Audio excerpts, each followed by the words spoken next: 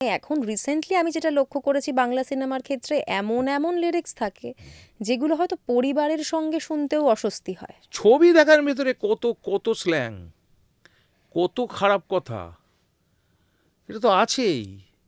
আজকে তুমি বলতে পারো যে বিদেশি ছবিটার ভেতরেও প্রচুর গালিগালাজ থাকে, কিন্তু তাদের আপব্রিঙ্গিং, তাদের জীবনযাত্রা তো আলাদা। আমার দেশটা তো আমেরিকা নয়।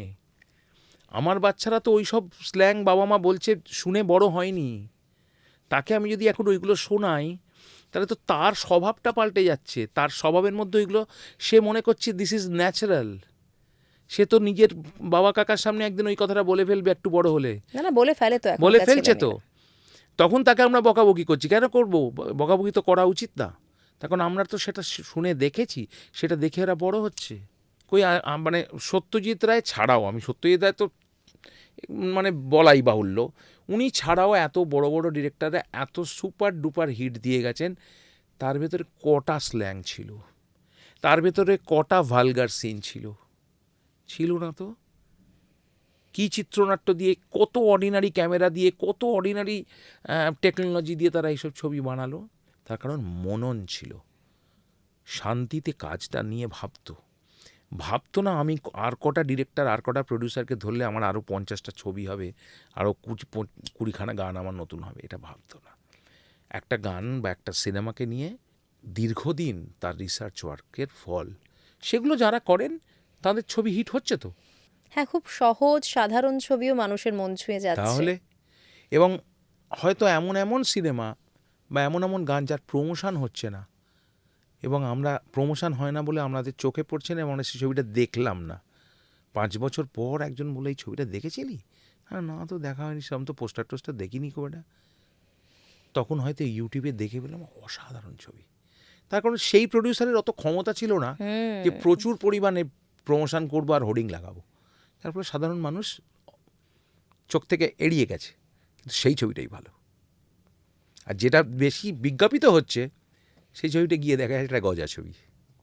না, এটা তো হচ্ছে, এটা তো মানে আমরা দেখতেই পাচ্ছি। এখন অনেকেই আসেন, ধরুন পডকাস্টে আমরা কথা বলি, বুঝতে পারি ইন্ডাস্ট্রির ভেতরে তো পলিটিক্স মারাত্মক আকার নিয়েছে এখন।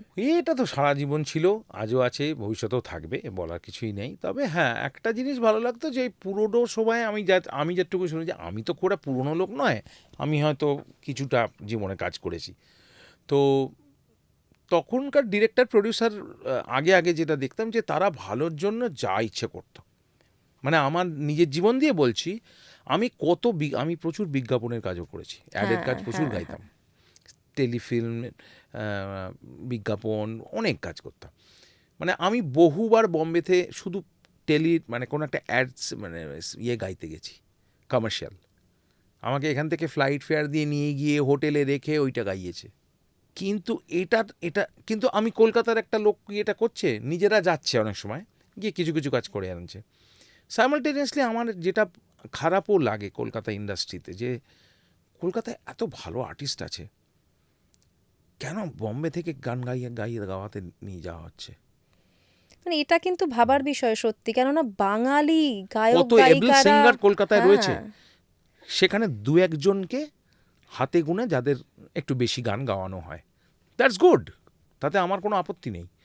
আমাদেরই কলিগরা ভালো গান গাইবে, আমরা সবাই একসাথে ইন্ডাস্ট্রিতে কাজ করবো, এটাই তো হওয়া উচিত। কিন্তু যে 2-4 জন গাইছে, তার বাইরে আরও অন্তত 5 থেকে 10 জন এবল সিঙ্গার্স আছে, ইনক্লুডিং মি। আমি বলছি তো, এমন অনেক গান আমি শুনে দেখি যে যে গেয়েছে আমি অনেক বেটার গান গাইতে পারতাম এটা। কিন্তু এগুলো নিয়ে আমি খারাপ ভাবি না, এখন আমি বরাবর মৌলিক গানের লোক, তো আমি নিজের গান নিজে তৈরি করব, নিজে গাইব। আমি সেই সেলফ কনফিডেন্সটা নিয়েই বরাবর এগিয়েছি। কে আমায় কবে দুটো গান দেবে, কে আমায় কবে একটু সিনেমায় গাইতে ডাকবে, এর জন্য তো আমার জীবন দাঁড়িয়ে থাকবে না। একদম। তাহলে আমার শিক্ষা, আমার এতদিনের রেয়াজ, এতদিনের ব্রেন ওয়ার্ক, রিসার্চ ওয়ার্ক কিসের জন্য? কে আমায় কবে গাইতে ডাকবে সেই জন্য কি? তাহলে আমি তো আমার নিজের সেলফ কনফিডেন্স আমার কাছে, আমি যদি সম্পূর্ণ। চাই আমি আমার গান নিজে ঠিক মানুষের কাছে পৌঁছতে পারবো এবং পারছিও।